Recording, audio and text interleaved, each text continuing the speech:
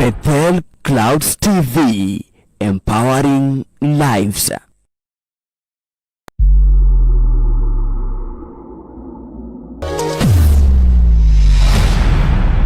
Bethel Clouds TV, empowering lives. Ties and covenants are made to remove us from the will. It is not godly.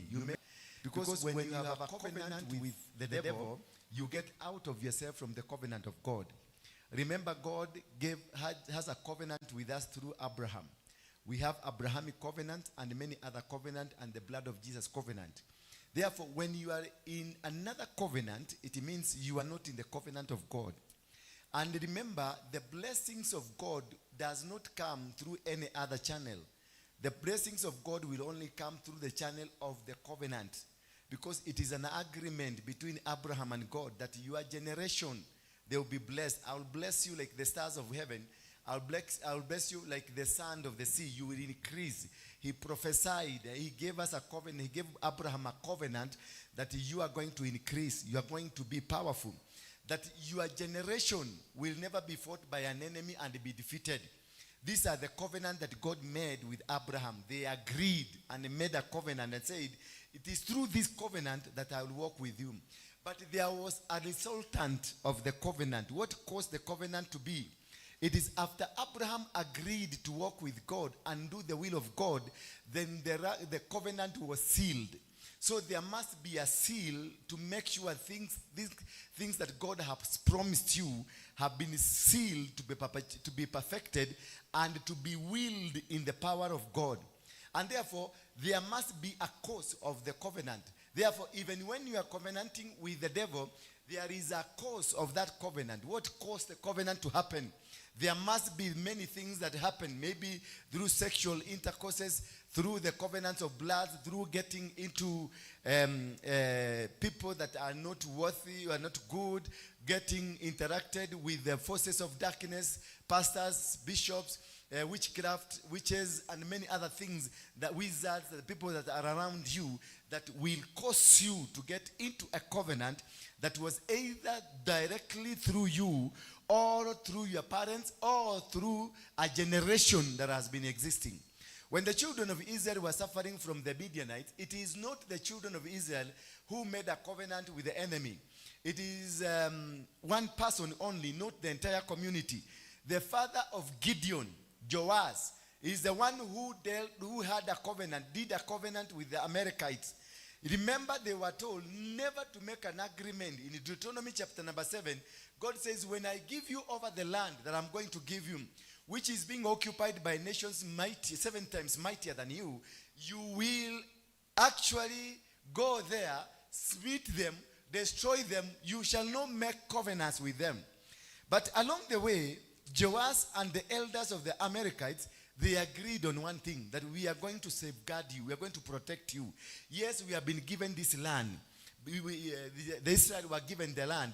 But the Amalekites used some other maneuvers, went to Joas and discussed with Joas, and they agreed that we are going to live amongst you, and you will provide security for us. And in return, we are going to give you this something, like a silverware. We are going to give you this silverware. You keep it in your temple. And then Joas thought this was so beautiful, it needed to be taken to the temple. Because most of the things that we go pick out there, we bring them at the temple, not understanding. Or we take them to our home matrimonial places, or we take them to our places of work, without understanding. These things have other ties alongside with them. When you go to, maybe you go to America, you go to a library or somewhere, a museum, then there are things you will buy there. Those things that have been put in a museum, like the other time I went to where? I went to UK, and I happened to go to the Stonehenge. When I was at Stonehenge, I bought some books. I bought some candles. I also bought the horn. What do you call it? Yes, but when it is already imetengenezwa, inaitwaje? Ile ulinunua, ile tunanunua kule kwa Catholic. How do you call it? The one that's ready for service. Not, no? They call it rohea. Call it rohea. When I went there and they bought a rohea and a book and the candles and some other artifacts there, they were part of the altar that exists at the Stonehenge. When I bought them, I did not buy them to bring them to the altar here for services of this. I bought them because I knew that is part of the altar that is existing there. So I carried them to bring them, take them to Mount Kenya for destroying that altar that is at Stonehenge. So when you go, for example, I go to a particular place, like I've been going around the 47 counties? There are 47. Around the 47 counties, wherever I go to each county, I pick the soil from that county. And then I go and pick the flag of that county. And when I go to the UK, I will buy the flag of the UK and buy anything that they use in their churches or use in their temples, that which they use as sacrifice or they use at the altar. You buy it. Why do you buy it? You buy it because you understand what do they do with them. What kind of sacrifices do they do with them? What kind of services do they do with them? So you know that when the United Kingdom were in Kenya, they took our soil and they took everything that belongs to our culture. They took the spheres, they took the sufrias, they took everything to their culture, to their altars. So that when they have them in their altars, they summon the energy of Kenya. When I went to the Stone Age, I found there is a heart of a Mogekoyo. And I got inside. They tried to stop me from getting inside, but I got inside. And I asked the lady that was there, give them to me. I pretended I want to look at them. But spiritually, I was commanding, because I realized these are the things that were stolen from our land, and they are using them to glorify that altar of the Stone Age. And the altar of the Stone Age, that is where all the witches of the world conglomerate. All the witches of the world, the top notch, the richest, that is where they go. That's where they go. They give their sacrifices and offering. So when I discovered our artifacts are there, I carried them spiritually, because there was no way I could have taken them, because they are part of the museum there. They are labeled. And in any case, I am not allowed to enter. But I made sure I have entered. I tricked that woman. I entered and sat down on a seat that is not supposed to be sat down.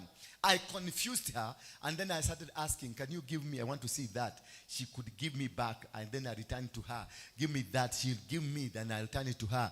Give me that. She'll give me, then I'll turn it to her. Spiritually, I was taking them, bringing back to Kenya. Then I went to the bed that was there, a Mogekoyo bed. I slept on it, so that I will carry it when I come back. That is how we do spiritual warfare. People will think that I have to carry weapons, I have to carry swords, I have to carry spears. No, you don't do. You just go. Witches, when they come to your field, to your land, they need only to step on your land, and then they will carry soil using their souls. They go with the small soul they take it spiritually. Then they go and bewitch your land. Tomorrow you come, you find anything that you had planted has been swept away by the floods, has been swept away by the sunshine, has been swept away by animal just came in the night. The elephant came in the night and took him. They summoned, when this witch went there, akakanyaga miguu yake kwa hiyo shamba yako, alisummon kitu cha kukuja kuharibu. Bwana Yesu asifiwe sana. Those witches that come here to this church, I know them. I know them. Wherever they come here, God reveals to me, and namuona akiwa nyoka, namuona akiwa fisi, namuona akiwa kitu kingine hivyo. So I will see, hata ukikaa hapa na kuona, najua hii ni nyoka, huyu ni mchawi. So I will just be with you. I'll walk with you because I know you. And when you will try to attack, I know with the time you are going to attack, because whoever showed me who you are shows me what you're about to do and what is your mission. So I'll wait for you until that day you want to do your mission. I will destroy you an hour before you perform your miracles, or you perform your things. Therefore, what am I trying to explain here? That witches or witchcraft or covenants are made spiritually. They are not physical. It is not something that was written. It is a spiritual thing that will keep haunting you because you agreed. All what you need to do is to agree with the covenant. Agree with the soul tie. Agree. Because soul ties is an agreement between two parties. Soul tie is an agreement. Now, I did sex with you. I agreed. We agreed. When you were doing that sexual intercourse, we agreed one another. When we were sleeping together, we became one. When you have sex with another person, you become one. And when you become one, it is one for good or one for bad. Bwana Yesu asifiwe sana. It depends what was the agreement. A soul tie becomes a bad soul tie depending on what was the agreement. What were you doing? What did you do? Why did you do it? Was it an act of prostitution? Was it an act of something that was ungodly? Or was it an act of agreement? Because agreement qualifies, the kind of an agreement qualifies the godliness or the demonic nature. What was the agreement? What did you agree? Now I have taken you. We've started a move together. We'll be moving together. We had a positive agreement because we are planning to marry. We are planning to be together. That one will not be counted as demonic because you have agreed. You have moved together with a common agenda that we will be one. Therefore, in this process of becoming we will be one, qualifies it to be a good covenant. But a bad covenant is when you are somebody's wife. I come and I go to bed with you. We are not doing it for a future purpose. We are doing it for the sake of enjoyment. Therefore, this one will be demonic and will work demonically. So if we happen to do it together, the movement from there, the spirit in me and the spirit in you will act as a soul that will tie you. And a covenant that will tie you. It will tie you though we are not living together. So wherever you go, you find the covenant we made is following you. The soul that we made is following you. So there is nothing you'll do. When you try to do a business, when you try to do anything that you are doing, something will just crop up based on the agreement that you did that is not working. So it will work against you and fight anything because it is looking for an opportunity for it also to be recognized. And this is what makes many people fail in businesses, fail in marriages, because yes, I have slept with 100 women, and these 100 women I've slept with, I have not discontented them. I have not disconnected them from me. So they are still hinging on me. They are still hanging on me. So whenever I go, if I get another lady, they will come and stand and say, no, we are also partakers of this man. And also the woman the same. They will come and rise. They say, we are partakers of this woman. Therefore, you will not be able to penetrate because there is a wall that stands before you. Wherever you stand to move, there is a wall that will stand before you. If you want to do business, there is a wall of women or men that you have had, or any other people that you've ever had and did a covenant together. Therefore, meaning when you have a soul tie, will bind you. You are bound. You cannot be able to penetrate. And these are many things that causes us to fail in businesses, causes us to fail in life. And we go for prayers. We go to the witch doctors thinking that we were bewitched. But we are not bewitched. It is what you are carrying. The words from your tongue that came out of your tongue. It is what that is holding you. Not that anybody is against you. Nobody is against you. No, your mother is not against you. Because some of us here, I have gone through with them and we have done a deliverance with them. But still, you can see they are still complaining. Things are not working. They will come and say, yes, something happened, but still I have this problem. Something happened there, but still I'm facing this problem. That problem, after you have done the prayers and you see there is an opening, meaning a deliverance occurred. But there is another thing that you have not done. You have not cancelled that which is in your tongue. Because it is now held in your tongue. So wherever you are going to speak, when the tongue becomes life, because what you say from your tongue, what comes immediately, what you speak, it becomes life. And once life comes in your tongue, it revives every other elements that are around there. Every covenant and every soul tie that is within the tongue, because all these things are in the tongue, then are stored in your brain and stored in our hearts and stored in our bodies. So wherever we go, we release them. We release them. We go releasing. We go releasing to people you go. I sleep with you, and I have already about 100 people behind me. All these people, I'll bring them to you because I have not disconnected myself from them. When you have soul ties that are not disconnected, you will not be able to go through because they are just holding you. Wherever you try to move, it holds you. When you try to do a business, it holds you. When you try to do anything, and at the end of the day, these covenants and soul ties, they turn out to be witchcraft perpetuated by your tongue. So you become your own witch. And therefore, we will be fighting a witch who is outside and living a witch who is inside. And this is most cases, this has led many people to suffer because they don't understand. They think they are saved. They think they come to church. They think they give sacrifices. They think they have done everything. But they have not renounced what is in their tongue. Because you are seeing an outside enemy. You are not seeing an inside enemy.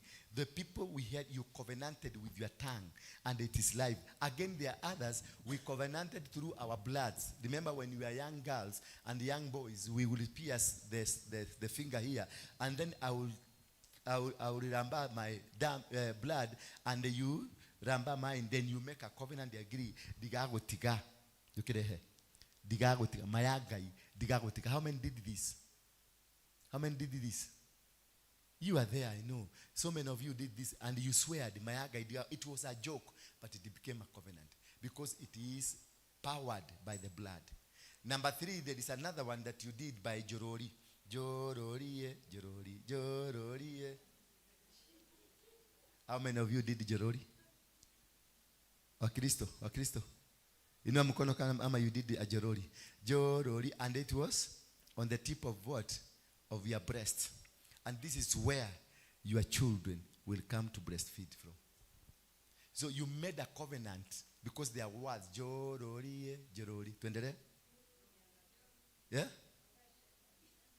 Somebody who knows it?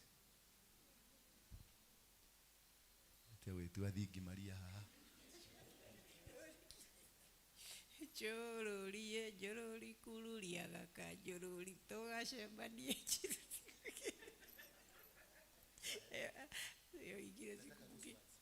toga shembani jorori na. Who knows it? Who knows it all? No. Yeah, do it. Jorori, ne jororaga, jorori na siakwa, jorori merogwe tatu, jorori norea weduda, jorori emenyerere, jorori dakana nyito, jorori nenyamo joru, jorori. Jororaga? Sigana. Date, urutete ko date higweo. Warutete ko ciana date higweo. Na nikorora niwetangathira umaraya we mururi riu kirekegireti uhikeri nikyo kiu jorori gururia niki.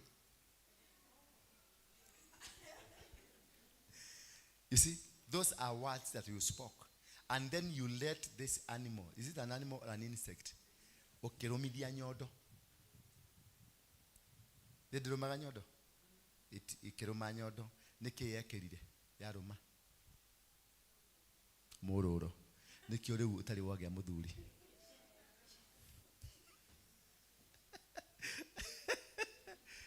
So these are small things that happened when you were small, but they have come to track you as you grow old. They are following you, they are haunting you, they are looking at you, they are monitoring you. Those that now turns out to become monitoring spirit in your life. Because you made a covenant with them, they will keep you to make sure whatever you said has to pass. Maybe it is not you, it is your mother who did that. That is why you are not married, because he said, my children.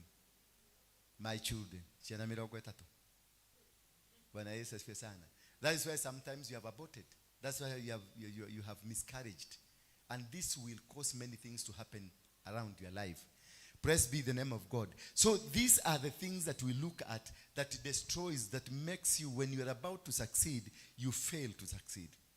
When you're about to make it move, you fail to make it move because there is a distraction, because there is a covenant that speaks against you moving forward. As a covenant that speaks against you becoming. Because yes, you can be sent. Maybe you want to be sent by UN, you're employed by UN. They want to send you to Geneva to go and work there. And before they send you, you get pregnant. The day they want to send you, that is the day you go to your boyfriend or to your husband. As you are congratulating one another, a seed is planted. And you wonder, yesterday you did not do it. Yesterday you came and slept like a log and another log in the bed. Nobody has been interested for the last 1 month. Nobody is interested with any other. But the day now you are getting into a breakthrough, that is when you are going to tell your husband, this is what has happened, congratulate. Now the congratulations and congratulations produces a seed. And a seed, this seed comes just like a spear. And then they go test you, they say you are pregnant, you cannot go. And the whole thing is stopped. They say now you can wait for the next lot. And the next lot, maybe it's 7 years to come. By the time you get into what you are supposed to do, what you are supposed to become, you have lost it. So we have lost businesses, we have lost marriages, we have lost companions, we have lost relatives, we have lost relationships, not because we are ugly, not because we don't deserve, not because we don't qualify, but they are covenants that speak. So if you breastfed a jorori, meaning the milk that will be coming from you will not be fit for your children. So your children will not get the immunity that is supposed to come from the milk. Are you getting me? Your children now, you will find you have weak children who behave like they are drug addicts. They are not normal. They are not normal. They are very weak. They are very weak, and most of their food they utakuta wanakula ni hizi mamenyogoro zinakanga menyogoro. Yeah? Nondo. Utakuta hiyo ndio the main food. Unakuta huyo mtoto hata ukimpatia chakula mzuri hawezi akakula because kuna kitu kinamdistract ambacho wewe ulimweka ndani yake. So these are things that happen. Sometimes others in school, for those who are in school notorious, others will pierce their private parts. And then, there are others who pierce the private part and then put a ring on the private parts for the ladies. And others who pierce the private part and then make some how do you call it? Tattoo. Yes, the tattoos. Not even the tattoos. They will plick the blood and then you ramba the blood from the private part and then make a covenant. Others, like when we were the old people, when they were doing oathing, they did oathing using the private part of a human being. Praise be the name of God. And the oathing that was being done, more especially the Mau Mau and the Mungikis, this you will tie the skin. They will cut a small part of the skin of a goat, and then they will roast meat from the backbone. They will roast that meat, burn it nicely, and then it will be tied on that skin. Then the skin is long enough, it will be tied to the private parts. Then when you be eating the meat as you speaking those words that you are speaking, it is tied to your private part, and therefore you'll be eating it using your right hand side. After moving into somewhere, there is the thing that you used to make, then you'll be moving around it when you are naked 7 times. You make covenant 7 times, and then eat this meat 7 times, and then they will remove it from your private part, then move it around on your head 7 times. So you will have made 21 covenants, binding covenants, and this is from a meat of a goat that was slaughtered, and the blood was not only, it was not spilled down, it was mixed with the soil. And again, when you are doing the oathing, they will dip the blood with the soil, with the meat, then you eat. For women, they used to, that's Mau Mau, for women they used to use banana. A banana, the banana, then they will peel it, and then they will incite it on your private part. Then have you as you recite, as you're saying words that are spoken to you, Then you get the second one, you bite it, the third one 7 times. Then after that, you move round 7 times, and then they will do it 7 times. Those are 21 covenants that are made to you. And they use the banana with your private part, having been inserted in your private part, then you eat, and the one who is leading you eats, so you make a covenant together. So these are the things that will bind you. Even if you sleep, we are going to preach. So this one causes you a lifetime because it has involved sexual organ. Anything that uses a sexual organ binds you and becomes an altar of immorality. And that's where all the paraphernalia used in the world are the sexual organs. If you look at the obelisk, all of them are a sexual organ, and they are placed in major cities in the world. No single city that does not have an obelisk. Why? An obelisk, it is the penis of a man, and down there is a vagina of a woman. It is a penis penetrating the vagina. So why will it be put on a roundabout like this one? Why? The one, the architecture, who decided, the engineer, why would he bring a vagina of a woman and a penis of a man? Why do they do it? It has a reason. There is a huge reason behind it. Why will Mau Mau use the sexual organ to connect in binding you? Because the sexual organ are the one that God left to continue with the work of God, procreation. So the power of a human being, it is on the sexual organ. And that is why women have a cycle of 28 days. And in this cycle of 28 days, when they do rituals, on that day of the 28th day, women, when they do rituals, they will capture you easily. And that is why when they sleep, they make a small meat sleep in their part, and you are given it, you become a kerimo. I hope you're understanding my language. And this is what has destroyed. And this one will be done and be destroyed to you. They will come and do it in your business. They will come and do it in your family. They will come and do it in your ministry. They will come and do it in every adventure. Things will be done and you will be shocked. Things will be done and you just find yourself running away from your business. These things can be done and you run away completely, because that is a ritual that is covenanted, that has a soul and a tie. But how do we come out of this? Let us look at Isaiah 54 from verse 4. Isaiah 54 from verse 4.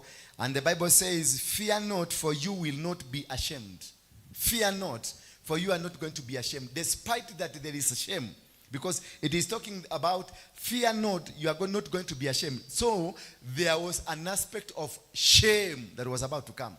There's an aspect of shame that was planted in your life. So God has come to rescue. God has come to rescue from that shame. That shame is those things that you did when you were a girl. Those things that you did when you were a young boy. Those things that you did when you are not mature enough. Now these things have come to manifest, and they are going to make you look like you don't understand. And many people who are, what do you call these people? Who don't give birth, barren. It is because most of this thing, it is because of this. Fear not, for thou shalt not be ashamed, neither be thou confounded, for thou shalt not be put to shame. For thou shalt forget the shame of thy youth. What you did when you are a young person. There is a leeway, there is an outrage, an outage that will come, that will make you not fall into the systems that were programmed. So when you are doing these things, you are not, for you maybe you think it was fun.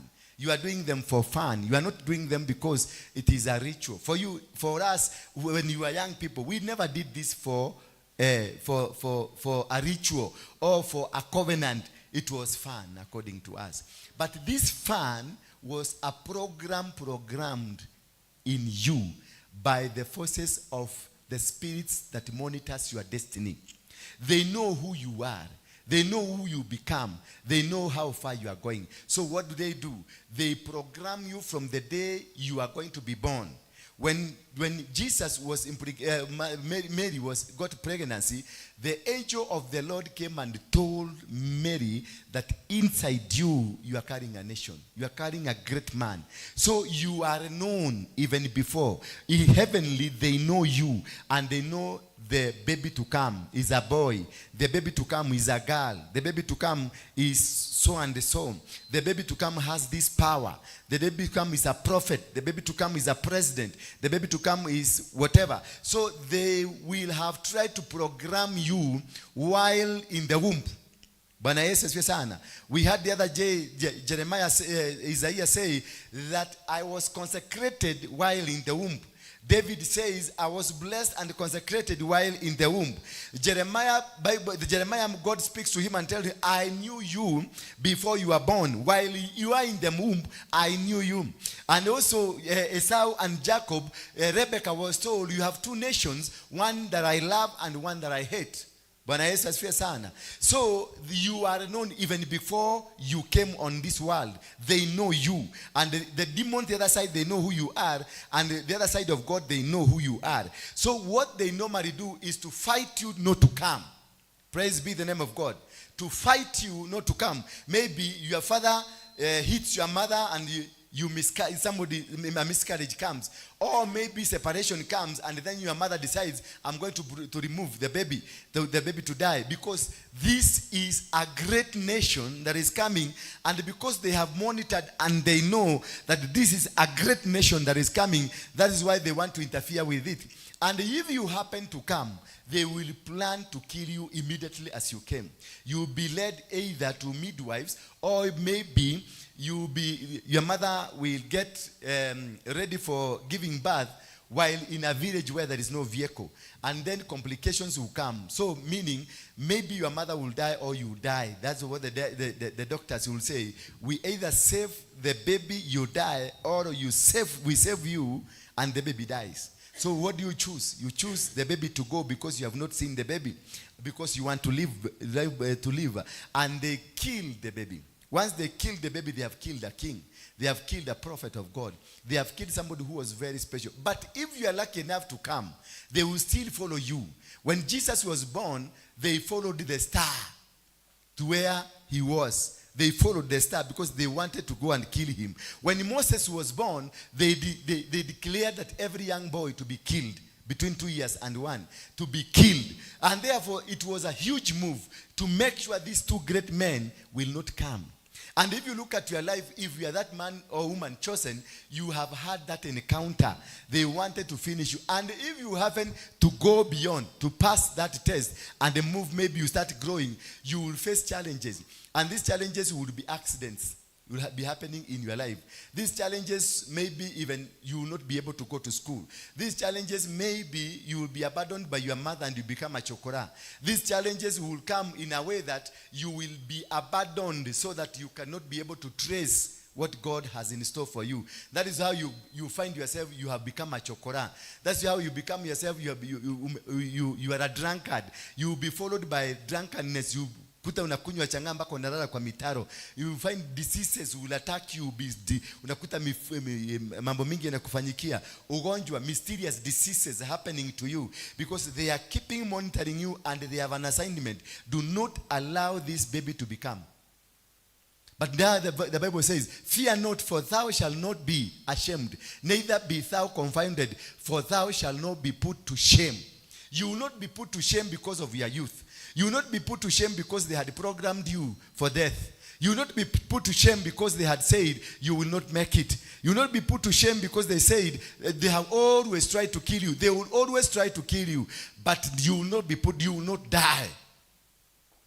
Okay.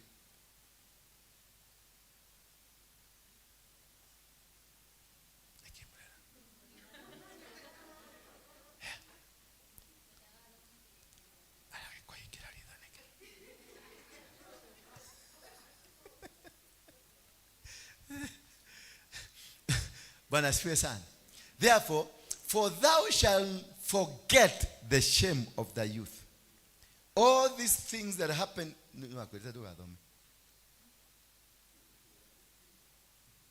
Jeki ate. Deage tukani. Uwe na tunogosho gete ha ujiraga jari gedwari ugashoka. Ate kodera. Uduri ajiraga jari gedwari. Dabere liagashoka.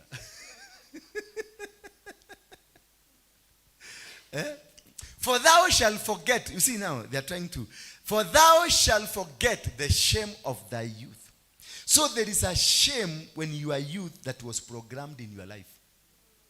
And this has kept haunting you until when you even started your business, you started encountering challenges of life. And maybe you start a business and the business finds you as it's so difficult for you to penya. So difficult for you to move forward, and they will rise up against you. I had Pastor Tim Wangi saying that when people get into 40, while in ministry, as they are in ministry and they get into 40, they either lose three things. They either lose the ministry, lose the marriage if they are married, or lose their life. Me, I want to say no. Praise be the name of God.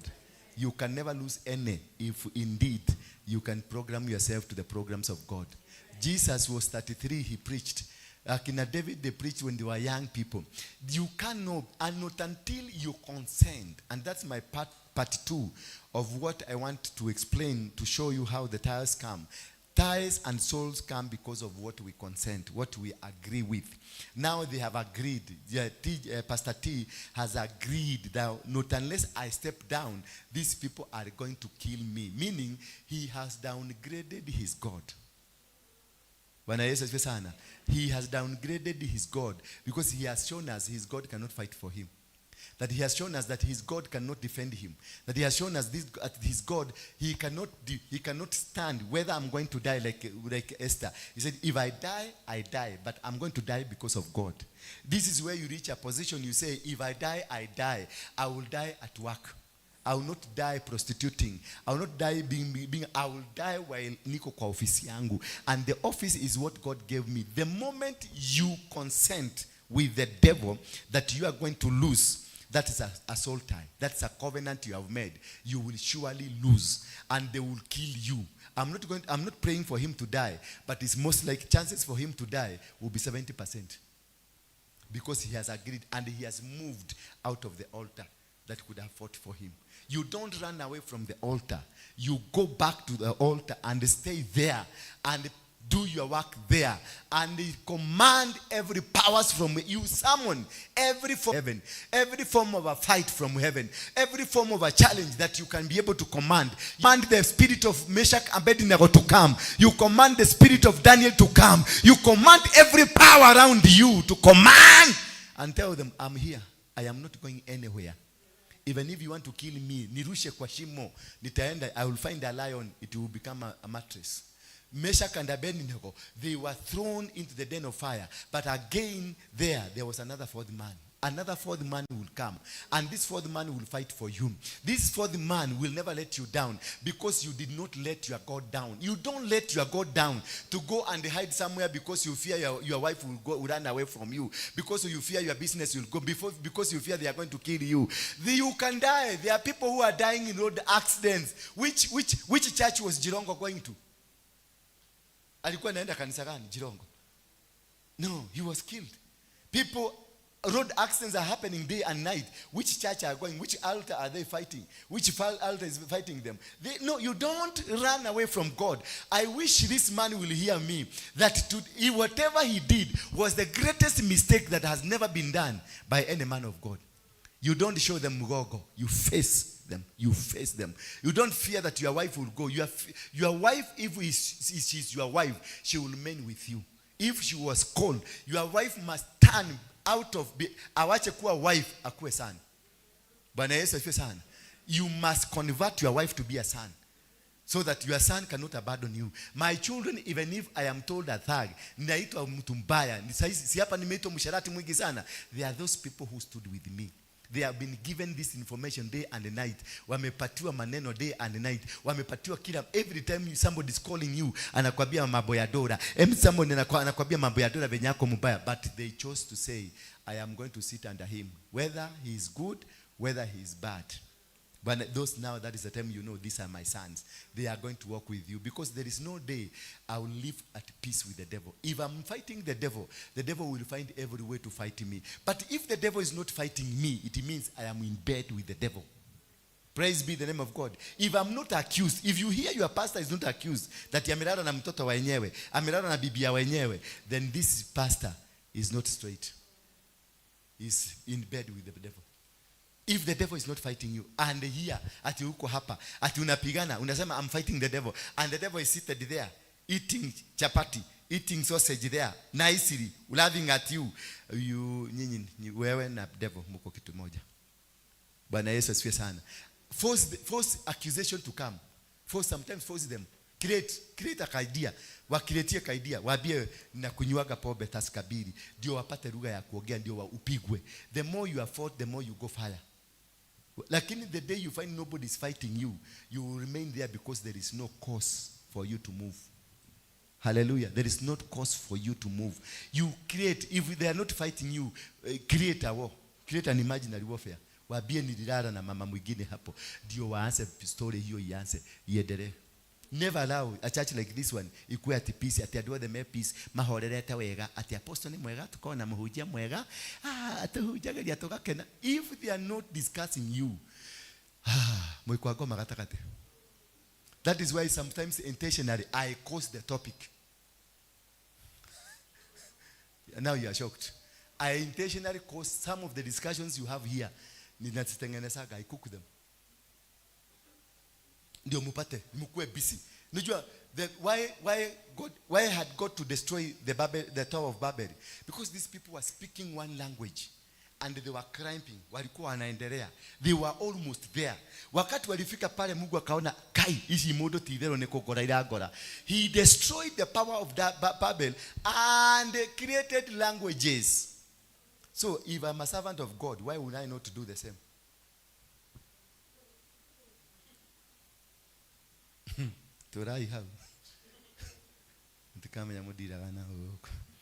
So we need to break this code. Our challenges are a refining moment. When you are facing the challenges, they are a refining moment. And this refining moment, they purifies you. Hello? They purify. If it is that business you are doing, and then you face a real challenge in that business, God is giving you a bigger business. And the devil knew that this man is going to be given. And most likely, you are a kingdom financier. That is why they will block you. Because they know your finances will cause many things to happen. Your finances will cause this thing to work. Your finances will cause this crusade to be done. And if the crusades are done, one in Muranga, another one in Nyeri, another one in Kibera, another one in where?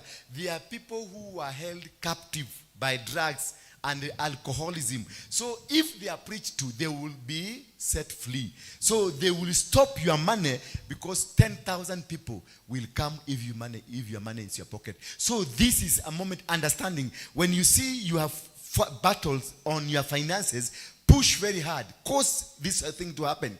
Push it because there is something ahead of you. You are given money by God, a custodian of this money, so that generation will be saved.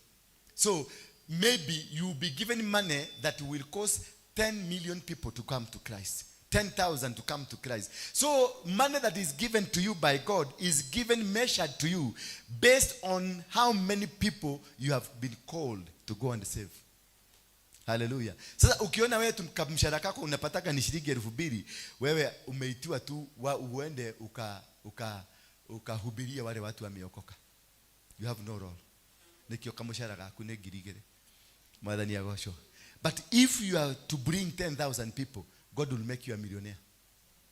Bwana Yesu asifiwe sana. He will cause you. He will cause people to bring money to you. He will cause things to just to happen to you, and the money will be brought because there is a bigger cause with this money. This is not your money. You are just but a custodian. So God will bring millions and millions to support. And if you refuse again, because we lie to God, we cheat God until God gives. And after He gives you, now you start arguing with God, telling God, you know, God, there was a plot I wanted to buy, and this plot is about 3 million. Why can't I buy? Then the other money that you're about to give me, I will use it for the kingdom. God will allow you to go and buy a plot. You pay, only to discover there are no papers. And that's the end of the money. And he closes the chapter. Now again, you will cry for the next 30 years. If you cried for 20 years, you will cry for another 25 years until you get a similar amount or lesser. So the conmanship that you are in church, because most of you are conmen. Most of you are conmen and con women. You have con God. Most of you, I can see all of you, you have an envelope at home, a church envelope at home. How many does not have a church envelope at home? If you know there is no church envelope at home, lift up your hand. If you know there is no church envelope at home, the rest these others are con women and con lady. Don't keep an envelope of any church at home. It brings stagnation. Because you made a covenant with God that you are going to put something inside it. But instead you went and put it inside the Bible and forgot it. This is some of the things that are causing you to stagnate. These are some things that are causing you not to have penetration, breakthrough. Because it is speaking. It is whatever you said, it is listening to you. Just go and get 100 bob, put there, take it. If you took it from Moiro, take it there. If you took it from a crusade, find a way, take it. Or find for a person who is doing a crusade tomorrow, go and send that 100 bob to, and remove any envelope of any church from your house. Any agreement that you did, or any consent, or any promise you made to support any work of the church, or any work of God, just go and fulfill it. Even if you don't have enough money to fulfill it, just do something. Release yourself from that altar. Release yourself from that covenant. Because that one you have at home, it speaks. And it is chasing away other blessings that are supposed to come. Praise be the name of God. Therefore, those challenges that we are meeting, they are surely be there because they are meant to make you, to refine you, to refine your moment with God, to make us wiser. That's number one. Why do we have these challenges? They are come because they make us become wiser.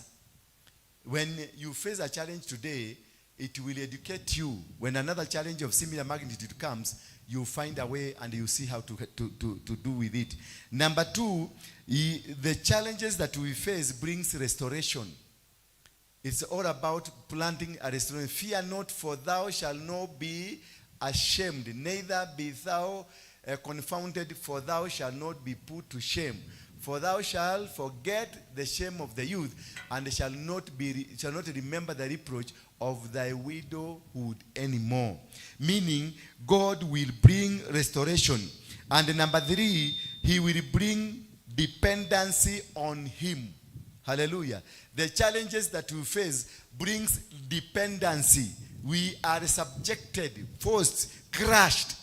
And then once you are really crushed, you depend on God. You stop doing what you are doing. You stop having the pride, the spirit of pride or arrogancy, because God has crushed you. Once God crushes you, you will always be talking about God.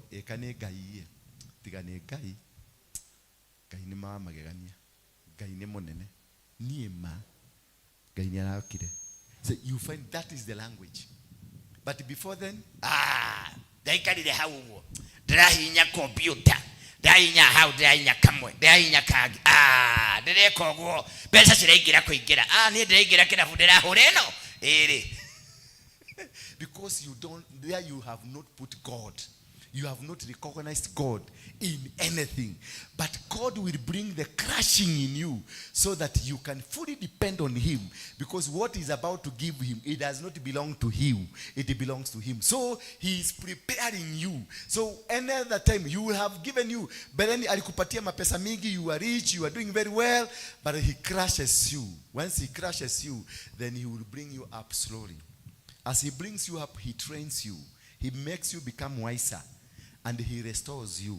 As he is restoring you and you are becoming wiser, you will always be depending on him. And always your claims, you'll be claiming to God and saying, oh my God, he did this. Had it not for God, God did this. God came at the time. Ooh, you will not be like Kikuyus. You know that Kikuyus are the only people on earth who can put God, dog, and the devil together. Did you know that? Yes, the Kikuyus only.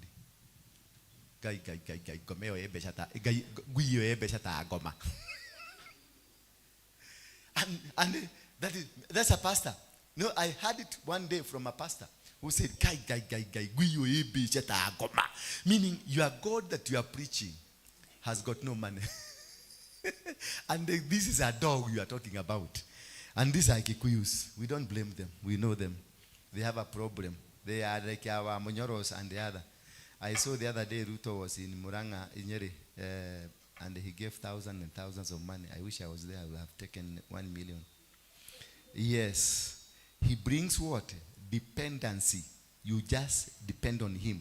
And number 4, the struggle, once you are refined, once you go through the moments of crashing, he brings honor. Because the man that will come out of you is not the man they knew. You'll come a humble man. And therefore, you will be able to attract honor. People will honor you. People will want to be associated with you because you have dignified yourself with the process of God. The moment this process of God enters you, you become dignified. You become qualified for the purposes of God. And the moment you are qualified for the purposes of God, you will find people, they want to be associated with you. They want to listen to you.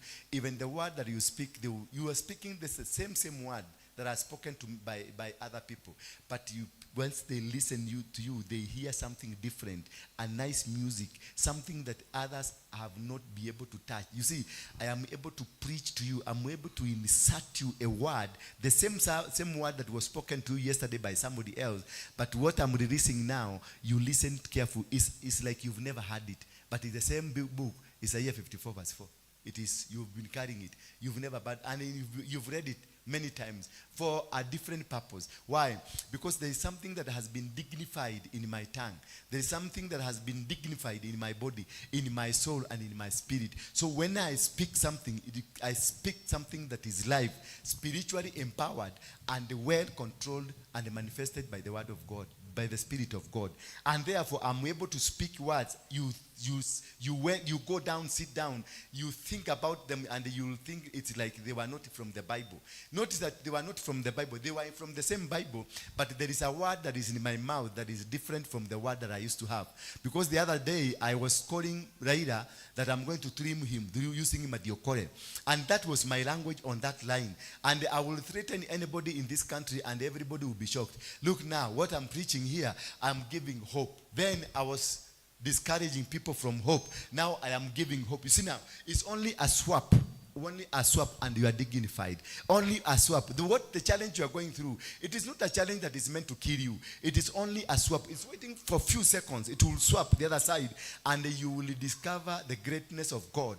And in every move that you'll be doing, greatness of God will be following you because the abundance of the privileges of God will always be walking alongside with you, will always be standing with you. Whenever you go and stand, people will just come and you'll be given businesses without money. And then they'll call you. There is something I want you to do, ABCD. You don't have money. You are not looking for that job. But because there is something that has happened in your spiritual realm, then people will invite you for a business. Then you go there. They don't know you don't have money. But when they are looking at you, they see a millionaire. Because God will have glorified you. God will have lifted you to become that man that is attractive. Now, as they give you the job, then God will give you wisdom. That will say you become wiser. God will give you wisdom and tell them, we don't do any job without 50% down payment. Hello? Without what? 50% down. And because they respect you and they know you have money, what they do, they give you a check. Immediately a check of down payment. Then you go, you supply using their money. Then they'll pay you. Because there is a conducive environment that has been put around you. So whatever you'll be touching on will be working. Whatever you'll be saying, it will be working. Wherever you go, any place you go, change will be experienced. You go to a new company, the people you find in the entire company, they will choose you to be their leader. And there was a leader, and they choose you because that other leader, you find he was being transferred to another place. Because of you, you are coming. So things will happen. People will be removed from various places because you are coming. People will be dismantled. Projects will be cancelled because of you. And many people will be removed from one area to another area just because of you, because you are coming. Why? Because you have qualified. You have been qualified, pre-qualified to be able to become the leader, to become the pioneer, to become the superior person in that company. So once you become qualified, God will look for a job for you. He will remove someone and take you there. God will never promise you something that is not occupied. God always promises you something which he knows for sure it is occupied. That is what he did to Joshua. That is what he did to the children of Israel. He told them, I'm going to take you to Canaan. This Canaan was occupied by 7 nations that were mightier and stronger than them. But he told them, when you reach there, I'm going to just hand them over to you. And never make arrangement with them. Never make covenants with them. God hates this covenant. If the covenant is not with him, if the covenant is not working for him, avoid it. Because it will work against you. He will move himself out and then allow the enemies to come and destroy you. That's what he did with the children of Israel. When they made a covenant with the Amalekites. And it was the moment they made the covenants with the Amalekites, then that was the end of the game. Then number 5. Is it number 5 or number 6? Number 6, he takes away fear. When you go through the refining moments, fear is taken away. Because you will encounter so many people who threatened you that they are going to kill you. Remember that when you were having money, owing people money, person A, you have his 100,000. Person B, you have his 50,000. Person C, you have 200,000. Person D, you have 1 million. And all of them are calling you. But have you ever been in that situation? That you pesa unadaiwa na kila mtu, wherever you go. Mama wa kiosiki anakudai, msukuru unadaiwa, mtu wa boda anakudai, kila mtu anakudai. Ukienda kubinuka hivi unadaiwa, kazini unadaiwa, branch inakudai. Ile gine inaitwa nini gine? Zinga inakudai, Tara inakudai. Mpaka wanatagasia watu wote wale wako kwa simu yako. Wanapiga tu simu. Wengine ulienda ukachukua loan na vitu za nyumba. Walikuja wakaangalia nyumba, wakaona ka stofu, wakaona ka TV, wakaona nini, then you took a loan against that. Sasa angalia. Wewe sasa wakati wanakujaga wakati kuna watu. You try to pull them kuwapeleka na hapo kwa kona. Hawataki kusikia. Wanataka sasa hiyo drama. Sasa wanaingia kwa nyumba, wanaanza kutoa TV. Na sasa hiyo ndio mama yako ametoka Geshagi. Ndio baba yako ametoka Geshagi na ni mgonjwa. Ako na diabetes. Unaona baba ndio huyo. Yeah. Anaaguka chini. Nego ditoka komenya mwana wake. Ni adira. Mwadhani ya gosho. So the fear. Once you go through these channels, the fear comes out. That is why you see, I don't fear. And anyone that I want, or anyone that will follow me in this ministry, if you are carrying fear, I'm going to throw you out of the bus. Hallelujah. I don't walk with cowards. I don't. Because I'm not a coward myself. If we are going to face Ruto today in the State House, we will go. I will lead you in front. I will not tell you to go. I will lead you in front. Hallelujah. If you are going to raid the police station today, I will lead you in front. Ogeria washoka duda. Ogeria tu hanini washoka duda. Ndio utajua ujui. Because that automatically. Yule mama aligeuka akakuwa nini? Chumvi. You don't allow any person controlled by fear, because fear is an instrument used by the devil to derail somebody. So out of us here, we can be very courageous walking out. But in the moment of going out, some two don't go. They just back off. And they back off, they are going to destroy you. Remember when David was following the 2 wives and the children and the cows, who betrayed the other team? It is a person who was left behind. He was left behind because he was tired. And perhaps maybe he was another known coward person. So when David came, they approached, they found this man lying. And this man made a covenant with David. And that's how David was able to go and pick his wives. So don't walk with cowards. If you find somebody is a coward, he's not yet dealt through the process of refining, he is still an agent of the devil. Any coward, any person fearing anything is an agent of the devil because you are listening to the devil. That is why Joshua had to have an agreement with God, had to have a covenant with God. Do not be afraid nor be dismayed. He repeated six times in chapter number 1. Do not be afraid nor be dismayed because I'm going to walk with you. He repeated again, do not be afraid nor be dismayed. I'm going to be with you. He repeated again, do not be afraid nor be dismayed. I am going to be with you. This God had to make sure this man that is moving has to move with my word, not the word of the devil. And this one causes us to understand the processes of God in our life. And therefore, let us look at the book of Hosea, chapter number 11, verse 4. Hosea, chapter number 11, verse 4.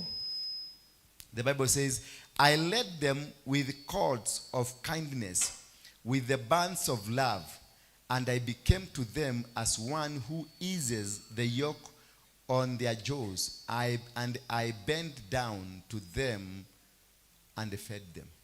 You hearing here? Are you getting me?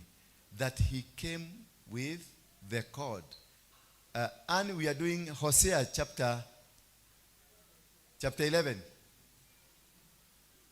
And Hosea chapter 11, verse 4.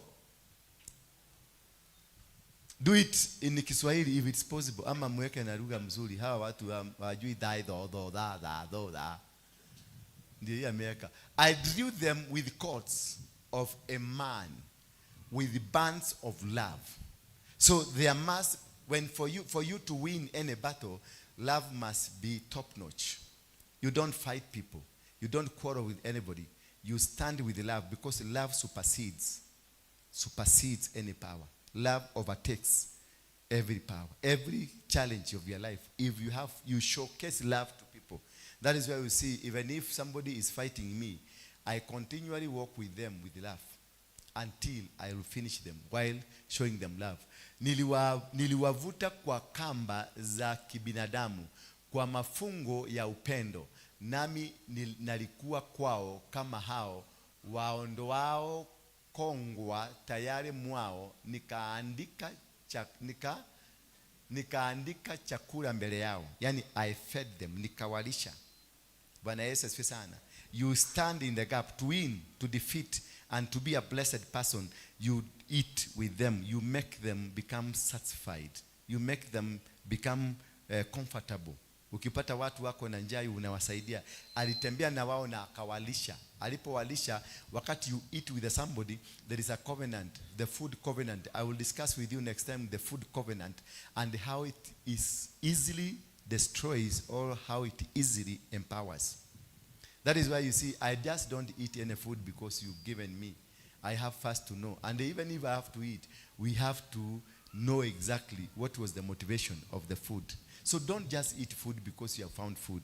Don't eat meat because you found some people are eating meat. Understand why was this goat slaughtered? Why was this cow slaughtered? And why? What kind of a ceremony? Why were people invited for this? There must be a reason. You just cannot be able to come ukute watu wanakula. They're in a ceremony and you start celebrating with them.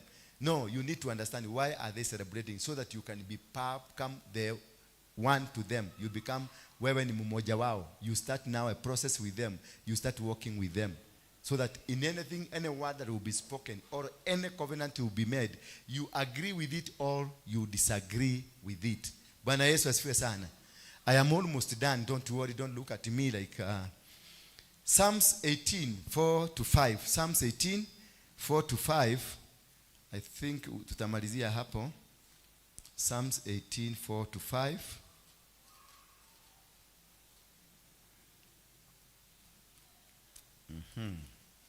Ambia mwenzako, I am blessed. I decree and declare. Psalms 18, 4-5. The cords, we are talking about these cords. The cords of death encompassed me, and the torrent of destruction assailed me. The cords of Shiloh entangled me, and the snares of death confronted me. You see now, when you are facing these challenges, there is a cord that confronts you. There is this binding, the soul spirit, the soul ties and the covenants that you made reminds you of a relationship, reminds you of what you agreed together. So it will confront you to stop you from becoming. It will confront you with death. It will scare you. If you leave this movement, like when you were in Mungeke, we will not leave Mungeke, you will be killed. So they came for me, they told they are going to kill you. I told them, if I'm going to die, I'm ready to die. If I'm going to die for Jesus Christ, I am ready to die. But I cannot go back. But when I stood firm and agreed with God that I'm not going to die and I'm not going back to them, they backed out. They backed off. Yes, they destroyed my properties, but nobody was able to touch me. I would go inside, mid-row, in their midst, walk in their midst. They will get scared. They will think police are around me. And there were no police around me. The presence of God was with me. The moment you refuse, the moment you say no to these challenges, kamba za mauti zilinizunguka, mafuriko ya uovu yakanitia hovu. Msia kamba za mauti, cords, kamba za mauti, vifungo ambazo zimekufunga, zinakufuata wherever you go. Mpaka unasikia uko na ile spirit ya suicidal because you think unajiona ni kama haufai, unajiona ni kama hauna maana, unajiona ni kama hakuna mahali utaenda. Yani you see yourself like you are desolate. Bwana Yesu asifiwe sana. Until you say no. The moment you say no and stand firm with your faith, you will make it. Until you say no to what that is tormenting your business, to what that is tormenting your children, to what that is tormenting your life, your ministry, say no. Hawa walikuwa na kutisha ati tukiondoka ministry utafuga, waambie kwenda tuone kama itafugwa. And build dependency. When God gives you something, build the dependency. Wewe mwenyewe build the ministry, let it revolve around you. Don't revolve it around people who will come and tell you, sisi ndio tunakupatia tithe ya kulipa renti. Utafanya nini? Tukiondoka, mwambie eda. Na usahiyo akiona unaandika sheki ya 1.5 million, akichugulia na macho hivi, anajua kube si yeye. Bwana Yesu asifiwe sana. There are things that you have to make. Make your God be seen through you. Bwana Yesu asifiwe sana.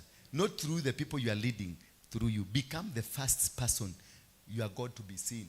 Hallelujah. Become independent. Become qualified to be able to run, to continue processing the work of God. Kazi ya Mungu inaendelea. Yani simama na kazi ya Mungu, ndio Mungu wako aonekane. Lakini wacha si Mungu wako aonekane yeye at last time mwisho ndio Mungu alikuja. Hapana, mimi sitakagi mwisho akuje. Hiyo ya mwisho asikuje, akuje mwanzo. Bwana Yesu asifiwe sana. Bana, nilijipanga, niliambia Mungu ninataka kuwa msaada katika nyumba hii. Niliambia Mungu nataka kusimama na nyumba hii. Niliambia Mungu nataka kusimama na wakongwe. Niliambia Mungu nataka kusimama na kazi yake kwa namna hii. Na kisha nikamwambia Mungu niko na idea ndio hii. Nipatie uwezo wa kufanya hii idea ndio inizalishie. Bwana Yesu asifiwe sana. So I will work very hard, nifanye mabiashara zangu ndio inizalishie. Ikinizalishia fungu la 10 ama zaidi, naleta kwenye nyumba ya Mungu. Bwana Yesu asifiwe sana. Fungu langu la 10 lote ndilo naletanga kwenye nyumba ya Mungu. Nalipa gharama zote ambazo nihusika. Na sasa wewe ukikuja ujasiririe kama unaelewa umuhimu wa kufanya kazi ya Mungu. Haulazimishwi. Wewe tu uelewe umuhimu. Usipoelewa umuhimu, wewe kaa hapo. Mimi nitaendelea kubarikiwa na wewe utaendelea kukaa hapo ukisikiliza maneno tu. Na mimi nakupigia maneno na kazi yangu Mungu anaiendelesha mahali fulani. Bwana Yesu asifiwe sana. Na hakuna siku hata moja, miaka yangu mpaka kufa kwangu kwa dunia hii nikiwa na miaka 300, hakuna siku hata moja nitafilisika. Hakuna siku hata moja nitakosa hela.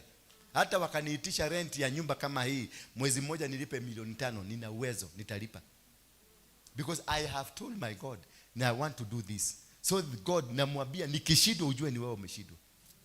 But I want to do it. I want to do it. So help me. I have the idea. Niko na brain, niko na vitu zote. Namwambia Mungu, akili ambayo umeitumia nifadhili, niwezeshe, nipate nguvu.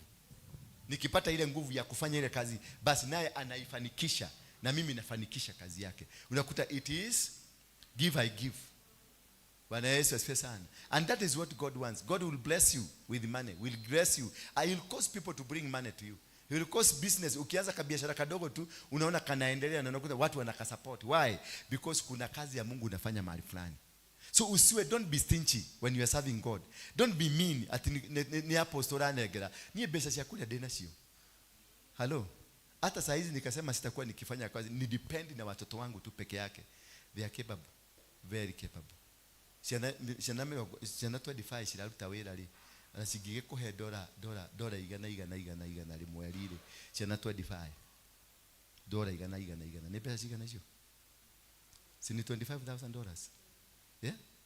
25,000 tasigarurira na pesa cia Kenya. Yeah? 2.5 million. Magikiheago mwisho wa mweri. Do I need you?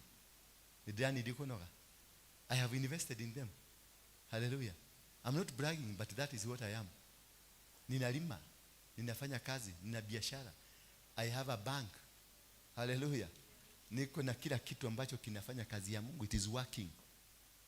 Hapa nakujanga kupeana story. Lakini kutoka kesho niko kazini. Hello.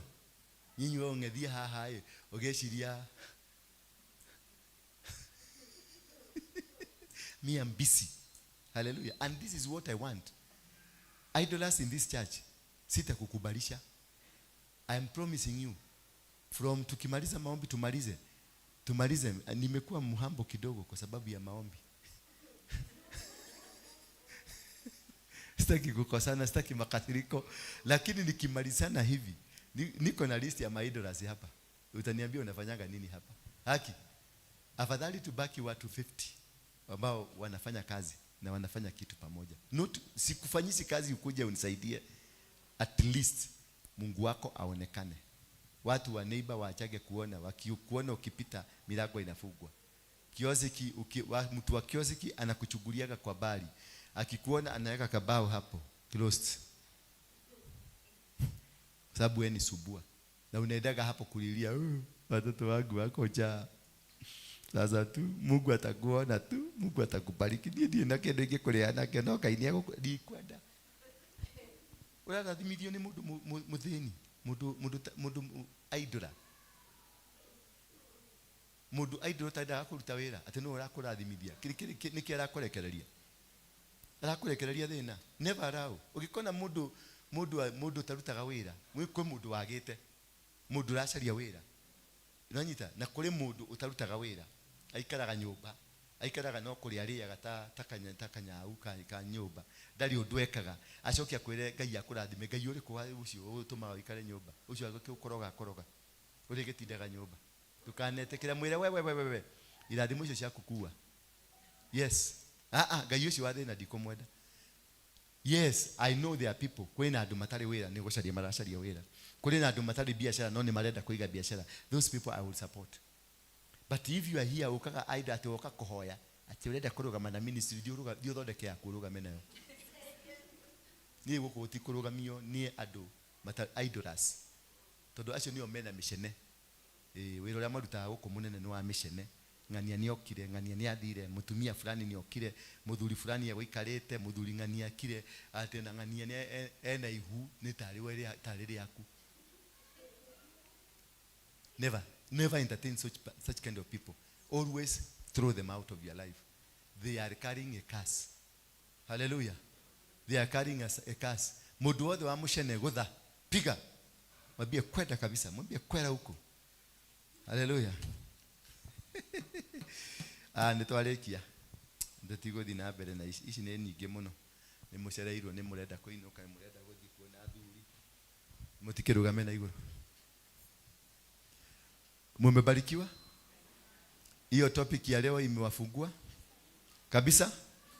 Hallelujah. Wacha tusome maandiko moja tumalize. Isaia 54 verse 2.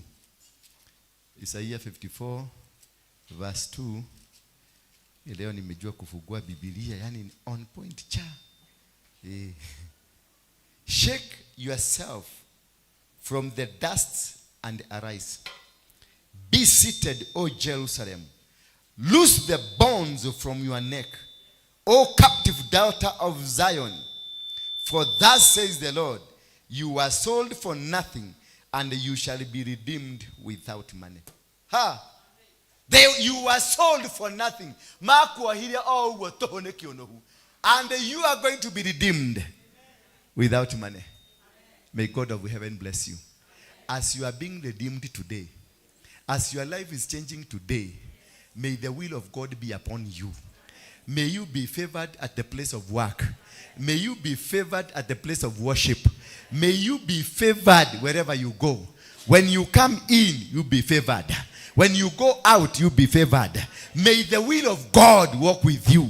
May the angels, the heavenly angels, be alongside with you. And may they fight. Michael, may he come to fight your battles. From today, whatever you lost in the hands of those people that they hate you, from today, you will never be the same again. Michael has been sent purposely to come and rescue Gabriel, who is carrying your blessing. Hallelujah. May the Spirit of God walk alongside with you. May you receive a special healing of your heart, a special healing of your body, a special healing of your soul. May you be disconnected from that which connected you to the spirits of poverty. For thus says the Lord God, my people went down at the first into Egypt to sojourn there, and the Assyrians oppressed them for nothing. Now therefore, what have I here, declares the Lord, seeing that my people are taken away for nothing. Their rulers wail, declare the Lord, and continually all the days my name is despised. Therefore, my people know my name. Therefore, in that day they shall know that it is I who speak here. Bwana Yesu asifiwe sana. They will know that it is God who has spoken. You are free today. Amen. God has loosened you. God has blessed you. God has healed you. Whatever you lost from yesterday to 10 years backward, you will recover it double. Double. Anything you lost, chochote ambacho kiliondoka mkononi mwako, kitakuja kwako mara mbili, maradufu. Bwana Yesu asifiwe sana. Kama vile wana wa Job alipobarikiwa, maisha yake ilibarikiwa, akabadilishiwa kila kitu, na kila kitu kikakuwa maradufu, na akakuwa mtu ambaye tena hakuteseka, akakuwa mtu aliyebarikiwa tena. Utabarikiwa katika jina la Yesu Kristo. Umefunguliwa katika jina la Yesu Kristo. Biashara yako imefunguliwa katika jina la Yesu Kristo. Huduma yako imefunguliwa katika jina la Yesu Kristo. Maisha yako yamefunguliwa. Work hard for God to give you. Watoto wako wamefunguliwa. Maisha yako imefunguliwa. You have been loosened. Wamekuachilia. Waliokuwa wamekushika mateka wamekuachilia. Minyororo walikufunga ya miguu imekatika. Minyororo walikufunga ya mikono imekatika. Biashara yako waliuza kuzimu imefunguliwa. Chochote walichokichukua ambacho kiliondolewa kwako kimeregeshwa. Watoto wako wameregeshwa. Watoto wako wameregeshwa. Nyota yako ndio hiyo imekuja. Umeregeshiwa biashara yako. Umeregeshiwa neema yako. Umeregeshiwa afya yako. Hautateseka tena. He has done it.